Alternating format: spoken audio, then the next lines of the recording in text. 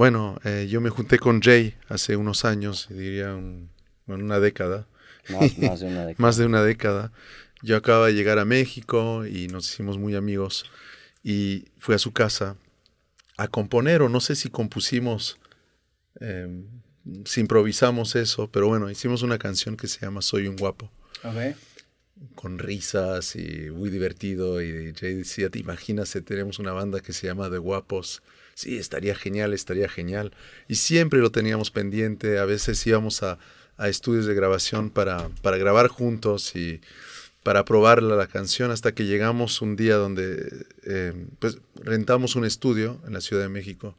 Y ahí David, que yo había trabajado con él, le propuse venir y vino a tocar guitarra con nosotros y ahí compusimos otra canción que de hecho será el segundo sencillo que va a salir.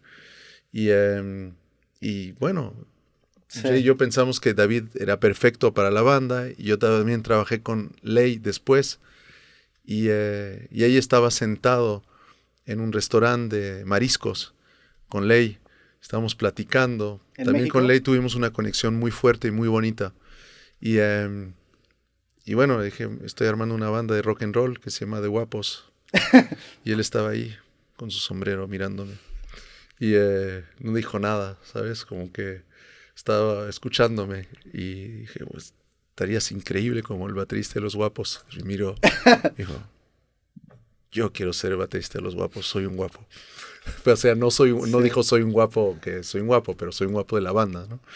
Y, y ahí nos juntamos en la casa de Jay a cenar y fue un momento muy lindo y, y nació Los Guapos.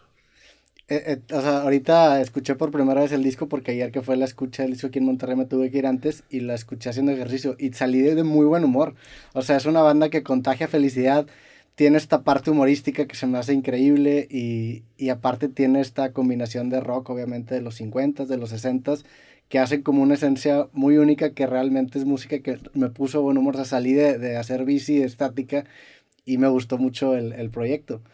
¿Cómo estirar? Porque el concepto salió primero con una canción de Vamos a ser los guapos. ¿Cómo estirarlo a un disco? O sea, cómo conceptualizarlo ya para que salga de una canción. Bueno, lo primero que era interesante la vez que Adán y yo nos juntamos en casa era que por alguna razón, y lo hemos ahora platicado los cuatro, es que nunca habíamos tenido una banda o un álbum o alguna canción estrictamente como esta estética sónica de rock and roll, y está en nuestro origen. Eh, yo soy hijo de un músico, mi padre es pionero del rock and roll de los 50s y los 60s. De hecho hay una historia muy romántica ahí también.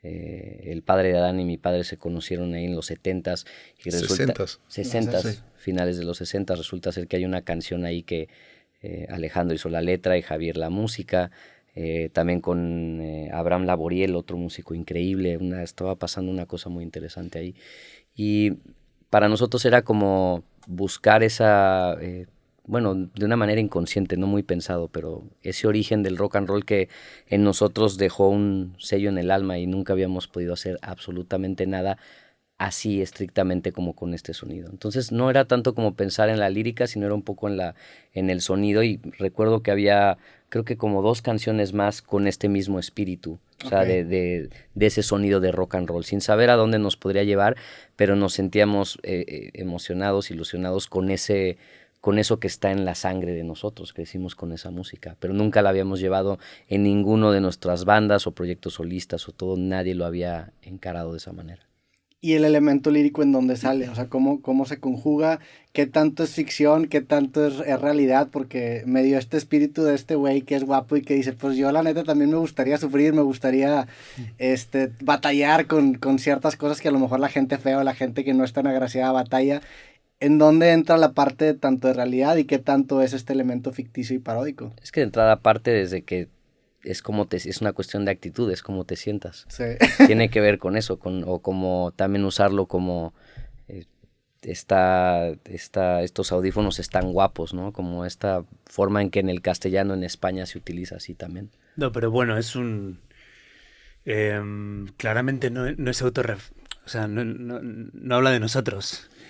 Precisamente la filosofía de la banda yo creo que consiste en no tomarse demasiado en serio. Creo que el rock and roll tiene un elemento de no tomarse muy en serio, ¿no? Es divertirte, no creértela, y por supuesto seríamos estúpidos si hiciéramos una banda hablando de lo guapos que somos. A la vista está, ¿no? Es un poco pues que el sentido del humor reine. Creo que el espíritu rock and roll 50s y 60s exige una ligereza en el texto. Chuck Berry no hablaba de cosas sesudas ni profundas. Era música para hacer bailar y para reír y para festejar, ¿no? Entonces era muy importante para nosotros que el texto tuviera ligereza, que tuviera humor, y que fuera una cosa divertida. Creo que ese es el espíritu de la banda, ¿no? Como recuperar... hay algo importante que creo que filosóficamente nos une, que es como... Todos somos profesionales de la música, ¿no? Y nos dedicamos, nuestra vida depende de la música, ¿no? Y económicamente vivimos de la música, tenemos unas carreras y nos hemos profesionalizado mucho. Y en ese camino de profesionalizarte se pierden muchas cosas, se ganan otras, pero se pierden cosas.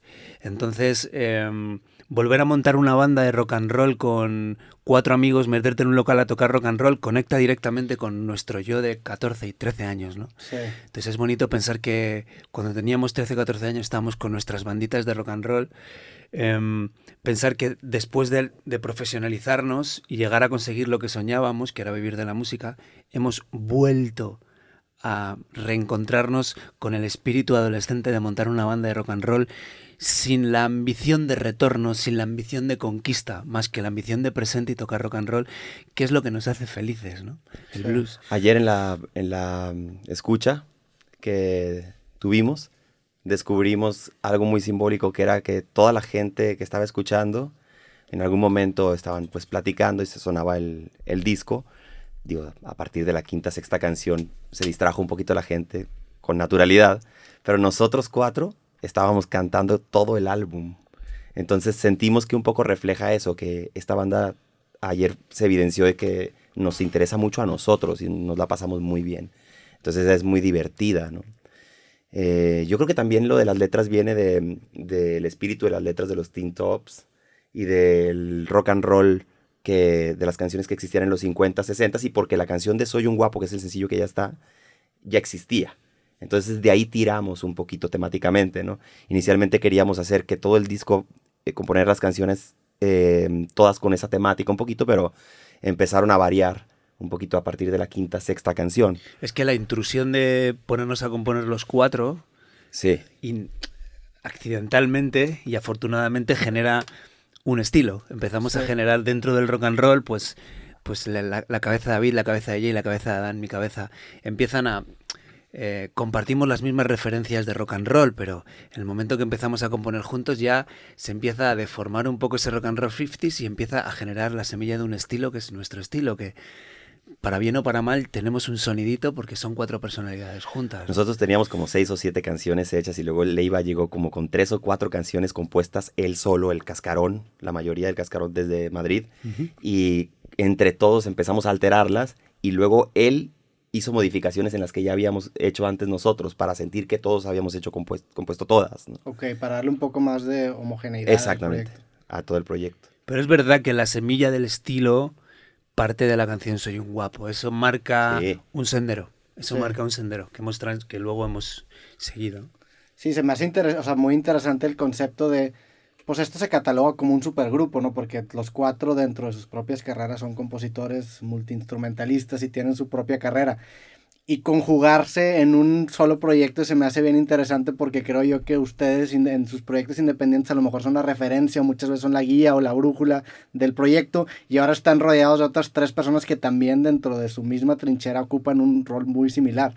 ¿Cómo fue? O sea, ahorita ya que me platican que, por ejemplo, le iba a desarrollar algunas canciones y luego se meten las canciones de Jay y empiezan a colaborar, ¿fue difícil eso o fue un proceso natural? No, mira, lo que pasa es como somos 4 cantantes solistas con cierta experiencia, tenemos 4 personalidades muy fuertes todos, pero creo que tenemos suficientemente experiencia para poder ser delicados los unos con los otros, poder comunicar, cuidarnos los unos a los otros y poder colaborar con inteligencia.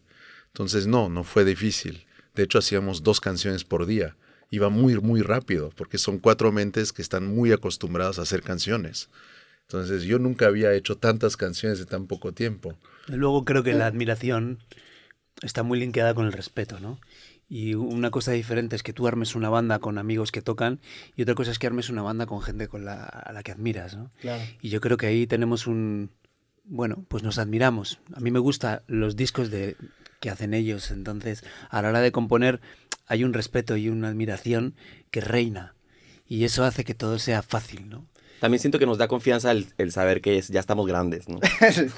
Ya, el otro día decía yo que somos 4 cuarentones haciendo música sintiéndonos como unos niños, ¿no? Okay. A mí me gusta eso da más confianza. minigrupo. Más que supergrupo, yo lo llamaría minigrupo. Okay. Me gusta más, somos un minigrupo. Lo que sucede es de una forma muy natural es que algo pasa, algo sucede, porque hemos visto, hay muchas bandas que están marketeadas como un supergrupo y no es sencillo, porque gran parte de lo que hace que esto tenga el sonido y tal es que se alinearon las cosas, porque puede haber alguien que pretenda hacer una fórmula haciendo un supergrupo con decir, bueno, tenemos a tal y a tal y a tal, pero no sucede. A nosotros lo que nos pasó es que nos sucedió. Nosotros hicimos el álbum durante la pandemia. Nos fuimos a grabar a Chicago, a un estudio que Adán había estado platicando con un ingeniero que tenemos también en común, que es Jerry Ordóñez, que es un Colaborador. colaborador, Guapo, ¿no? el quinto guapo. Sí, que de hecho hizo discos con todos nosotros. Ha hecho discos Ok. con todos, ¿no? Y él sugirió este estudio a Adán. Adán es el productor de este álbum y dijeron vamos, y Leia estaba ahí, nos fuimos, pero ¿qué sucede? Tal vez no sé, bueno, creo que yo puedo ser una buena referencia hablando de esto porque yo he estado más acostumbrado a estar en bandas, he tenido muchos grupos Sí. y yo puedo sentir un poco, sin pecar de una cosa que sea arrogante o tal, saber que uno sabe cuando una banda tiene eso, cuando está sucediendo. Yo creo que tengo ese termómetro, ¿no? Por eso mismo me pasa, a veces hay bandas que llegan y te enseñan su demo y quieren que los produzcas y dices, no va a pasar, no. Tendría que haber otra combinación, tal vez ese guitarrista que tienes van a tener una banda él por su parte con alguien más y eso va a hacer que pase. Esta combinación es perfecta para nosotros.